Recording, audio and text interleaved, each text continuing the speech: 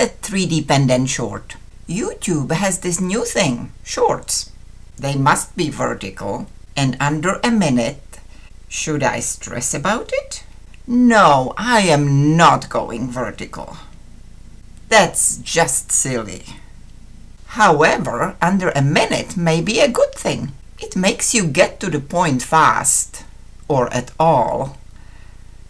On the other hand, I don't have time to tell you to grease your needle, or to close this hole over here, or how to get from here to a box. Shorts are for people who only have a minute. But if you are actually planning to try any of this, look for the links to my longs in the descriptions of my shorts. Think of them as trailers. You still sometimes go to see the actual movie, right?